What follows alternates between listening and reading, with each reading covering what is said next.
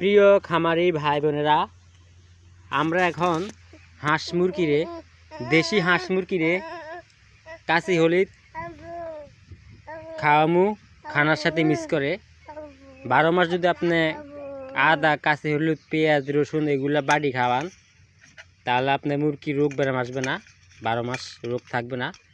তো দেখুন, এটা কাশি হলুদ, এই যে কাশি হলুদ, এটা হলো আদা। এগুলো আমি এখন চুলমু ভালো করে, চুললা তারপরে এগুলারে বাটমু, বাটটা ফ্রিজে রাখমু। ফ্রিজে রাই পরে এগুলারে খানার সাথে, ভাতের সাথে, খাদ্যর সাথে, ভুসির সাথে মিক্স করে একটানা খাওয়ামু। খাওয়াইলে হাঁস মুরগির রোগ আসবে না, সুস্থ থাকবে হাঁস মুরগির। তো যারা গ্রাম অঞ্চলে মুরগি পালেন, মুরগিগুলো জিমায় অসুস্থ হয়ে যায়, তাদের জন্য আজকে ভিডিওটা গুরুত্বপূর্ণ একটা ভিডিও।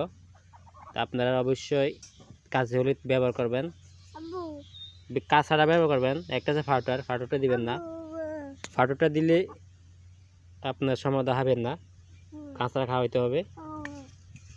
তো আমি প্লেটের মধ্যে লইছি, এগুলো এখন বাটমু সুন্দর করে। আগে এগুলো চুলে লই।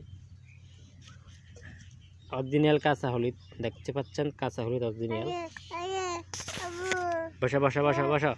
এই যে এগুলো আমার হাঁস মুরগি, এগুলারে খাওয়া হবে বাড়ি।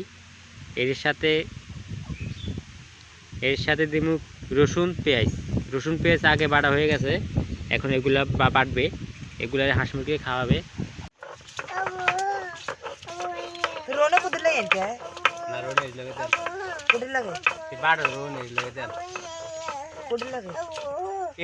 মিক্স করে একটা গুতে চালা দিকে